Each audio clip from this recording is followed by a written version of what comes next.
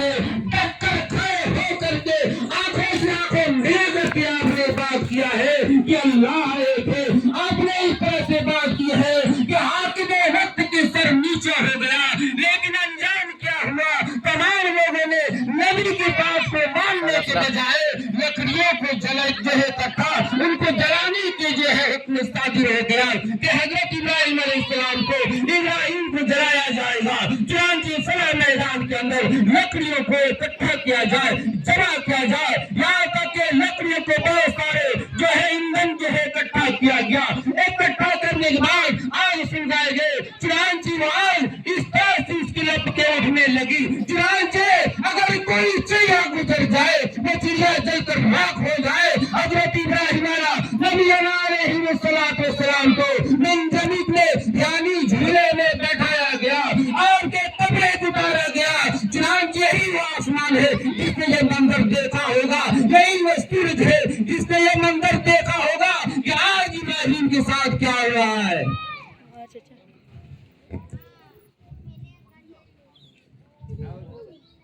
آج حضرت ابراہیم کے ساتھ کیا ہو رہا ہے؟ چنانچہ فرشتے بھی حیران ہیں, فلک سے آسمانوں سے فرشتے بھی حیران ہیں, یہ منظر دیکھ رہے ہیں. چنانچہ میرے دوست بزرگوں حضرت ابراہیم یہ مختصر وقت ہے, میں آپ کو جو ہے آپ کے سیرت کا جو ہے چند خاصہ کوشاں میں آپ کے سامنے پیش کرنے کی کوشش کرتا ہوں. چنانچہ آپ بڑی تاخیر سے آتے ہیں, وقت دیا گیا ہے 7:15 بجے, آپ کو 6:15 بجے کم سے کم عیدگاہ کے اندر حاضر ہو جانی چاہیے تھا. میرے دوست بزرگوں, بہرحال اللہ تبارک تعالیٰ نے حضرت ابراہیم علیہ السلام نے جب اللہ کی توحید کے پیغام کے پرچم کو لے آیا, آپ نے دعوت دیا ہے, آپ نے پیغام دیا ہے عوام کو, عوائد کو, اور آپ نے اللہ کا تعارف کرایا ہے. بادشاہ کو بادشاہ حکم کرتا ہے ایندھن تیار کیا جائے, لکڑیوں کو اکٹھا کیا جائے. اکٹھا کیا گیا, آگ دہکائے گئے, اس میں حضرت ابراہیم علیہ السلام کو ڈالنے کی تیاری ہو گئی. فرشتے پریشان ہے, یا اللہ اگر آپ کا حکم ہو تو ابھی ہم یوں کر دے. ہوا والے فرشتے کہتے ہیں میں ایسے ہوا چلاؤں گا, تمام کی تمام اڑا کر لے جاؤں گا. چنانچہ اور فرشتے آتے ہیں, اے ابراہیم اگر آپ چاہو تو میں پلے جھپکتے ان چنگاریوں کو میں غائب کر سکتا ہوں. اگر آپ چاہو ایسی بارش برساؤں گا کہ تمام برس کر رہ جائے گا. کہا اللہ کی طرف سے, کہا نہیں. اللہ نے کہا جاؤ میرے ابراہیم, اگر تم سے کوئی کام بتائے, مدد چاہے تو مدد کر دینا, لیکن اجازت نہیں, اجازت ہے, حکم میرا نہیں ہے. چنانچہ اگر کسی چیز کے محسوس ہو ضرور مدد کر دینا, لیکن یہ میرا حکم نہیں ہے. حضرت ابراہیم نبی علیہ السلام نے کہا جو ہے حسبی اللہ و نعم الوکیل, اللہ ہمارے لیے کافی ہے. تمام ہیلے, تمام وسیلے, تمام کو آپ نے دور کر دیا. آپ اللہ پر توکل کیے ہوئے ہیں. جب آپ نے اللہ پر توکل کیا ہے تو اللہ تبارک تعالیٰ نے بھی فرمایا قل یا نار کونی بردا و سلاما ابراہیم, قل یا نار کونی بردا و سلاما, اے آگ ٹھنڈی ہو جا, اے آگ ٹھنڈی ہو جا. کیا میرے ابراہیم کو اتنی ٹھنڈ نہ ہو کہ ابراہیم کو ٹھنڈ لگ جائے. اگر یہ سلام اگر نہیں کہتے تو اتنی ٹھنڈ ہوتی کہ آپ اپنے جان کو بچانے کے لیے پریشان ہو جاتے, جان کھو بیٹھتے. لیکن اللہ تعالیٰ نے ساتھ ہی میں فرمایا سلاما,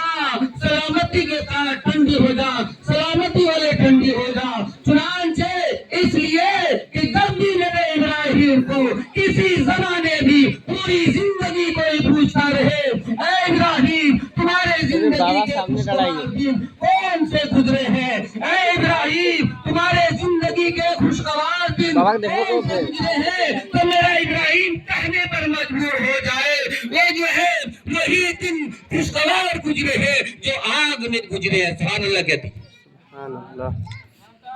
اللہ نے کہا کہ آگ سلامتی کے ساتھ ٹھنڈی ہو جا, اتنا سرد نہ ہو کہ ابراہیم کو ٹھنڈ لگ جائے, بلکہ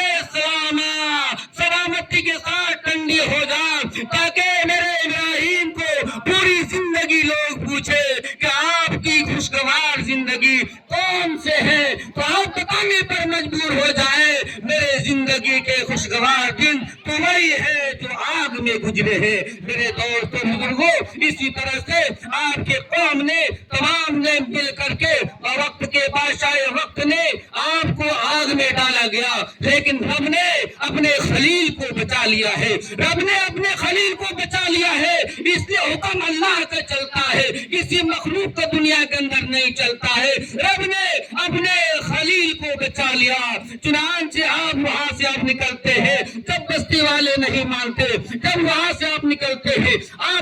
ہیں حضرت سارہ علیہ السلام آپ کے ساتھ میں ہے حضرت لوط علیہ السلام اس وقت نبی نہیں ہوئے تھے وہ جو ہے آپ کے بھتیجے ہیں حضرت لوط علیہ السلام وہاں سے نکلتے ہیں کہ گاؤں والوں محلے والوں میں تمہارے شہر چھوڑ کے جا رہا ہوں آپ نے حجت تمام کر دیا عوام کو سمجھایا والد کو سمجھایا بادشاہ وقت کو سمجھایا لیکن کسی نے بھی نہیں مانا آپ کے نکلنے کے بعد اللہ تعالیٰ نے مچھروں کا عذاب بھیج دیا اور لوگ تباہ و برباد ہو گئے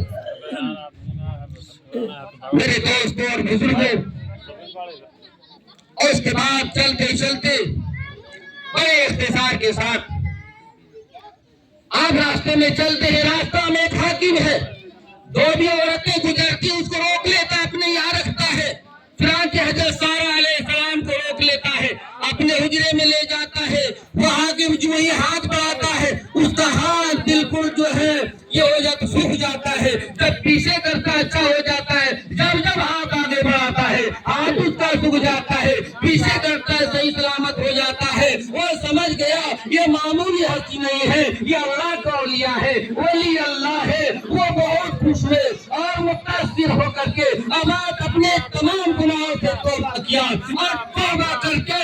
توبے میں اپنے بیٹی حضرت حاضرہ علیہ السلام کو آپ کے نکاح میں دیا چنانچہ حاضرہ علیہ السلام شہزادی ہے کہ اے ابراہیم یہ خوش ہو کر کے میں اپنے بیٹی کو تمہارے نکاح میں دیتا ہوں یہ تمہاری بھی خدمت کرے گی اور تمہارے بیوی سارہ کی بھی خدمت کرے گی چنانچہ چلتے چلاتے آپ پہنچ جاتے ہیں پھر اللہ نے وہ پیغام دیا ہے 86 سال کی عمر ہے اللہ تعالیٰ نے آپ کو ایک بیٹا عنایت فرمایا ہے حضرت ابراہیم علیہ نبینا علیہ السلام کو اللہ تعالیٰ نے حضرت اسماعیل علیہ السلام کی عنایت فرمایا چنانچہ مختصر وقت میں آپ کو بتاتا چلو دودھ پیتا بچہ ہے اللہ حکم ہو جاتا ہے اے ابراہیم ایسی جگہ میں سے چھوڑ آؤ جہاں نہ انسان ہے نہ انسان کی بوبات ہے نہ کوئی سبزہ ہے ایسے جگہ میں لے کر چھوڑ چنانچہ ابراہیم علیہ السلام کوئی استعمال نہیں کرتے ہیں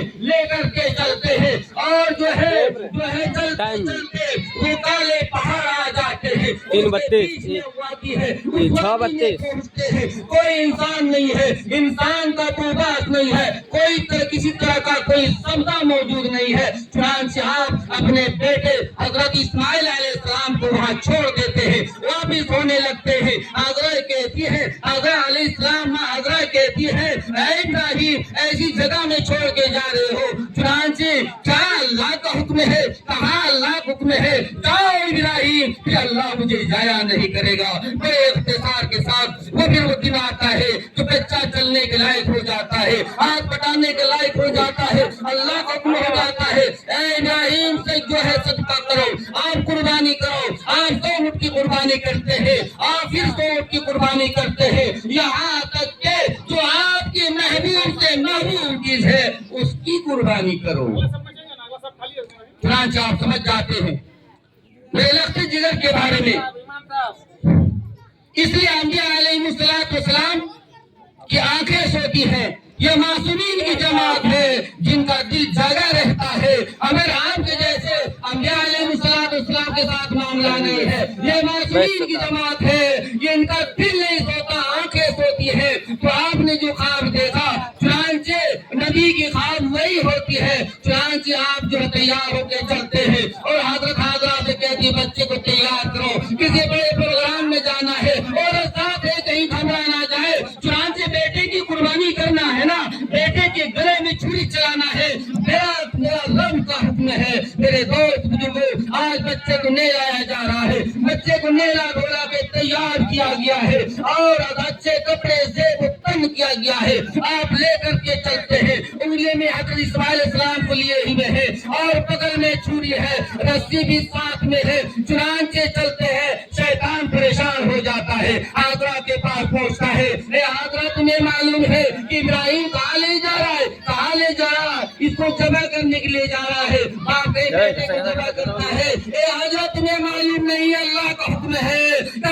ابراہیم علیہ السلام نے مجھے کیوں ساتھ میں نے لیا کہ بچے کو میں پکڑتی ہاتھ پکڑتی بچے کو میں مناتی ایک ہی جو اسماعیل نہیں اگر 100 بھی اسماعیل اللہ دے اللہ کو راضی کرنے کے لیے ہم باری باری سب کو قربان کر دیں گے۔ وہاں سے کنکری مارا جاتا ہے، شیطان بھاگ کر آتا ہے، اسماعیل علیہ السلام کو بہکانے کی کوشش کرتا ہے کیونکہ آپ بھی نبی ہیں جو جا رہے ہیں اپنے گلے کو رکھنے کی چھری کے نیچے، یہ بھی نبی ہیں جن کے پیشانی میں پورے نبوت جناب محمد رسول اللہ صلی اللہ علیہ وسلم کا چمک رہا ہے، چنانچہ آپ لے کر کے چلتے ہیں اور یہاں تک کہ وہ شیطان حضرت ابراہیم علیہ السلام کے آگے بھی آ جاتا ہے، آپ نے دن میں دھتکار کیا، آپ آگے بڑھ جاتے ہیں، مینا کے میدان میں پہنچ جاتے ہیں، آپ نے اپنے بیٹے سے پوچھا کہ بیٹا میں ایسے خواب دیکھا ہوں کہ میں تجھے ظاہر کر رہا ہوں، اپنے ہاتھوں کو تمہارے خون سے رنگ رہا ہوں،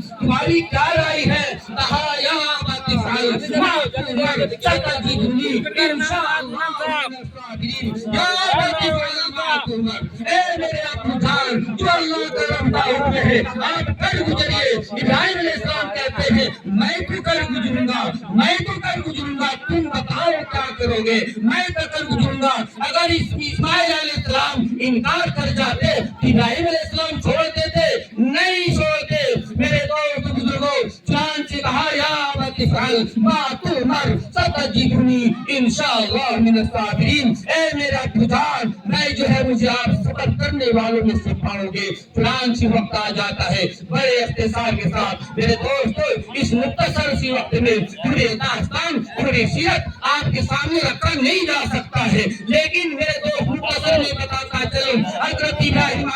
نبینا علیہ السلام اپنے بیٹے کے گردن ناز پر جو ہے چھری رکھ دیتے ہیں، چھری کو چلانے لگتے ہیں، چنانچہ اللہ تعالیٰ نے فرمایا اے چھری اگر ابراہیم کا ایک بال بھی کٹ گیا تمہیں جہنم میں پھینک دیں گے۔ چھری نے اپنے کمال دکھانا بند کر دیا۔ اے مسلمانوں، اللہ کو رب کو خوش کرنے کے لیے راضی کرنے کے لیے وہ چھری بھی ڈر گئی، یہاں تک اے مسلمانوں اللہ کو راضی اور خوش کرنے کے لیے ابراہیم علیہ السلام نے ایک نبی نے اللہ کے دوست نے اسماعیل علیہ السلام کو ذبح کرنے کے لیے تیار ہو گئے۔ کیا وجہ ہے؟ اگر تم تاش کھیلتے ہو اللہ کو راضی کی چھوڑنے کے تیار نہیں، اگر تم جوا کھیلتے ہو اللہ کو راضی کرنے کے تیار نہیں، اگر تم جھوٹ بولتے ہو، اگر تم غیبت کرتے ہو، غیبت کر کے آگے سفلائی کرتے ہو، کیا وجہ ہے؟ تم اسے چھوڑ نہیں سکتے۔ حضرت ابراہیم علیہ السلام کو دیکھو،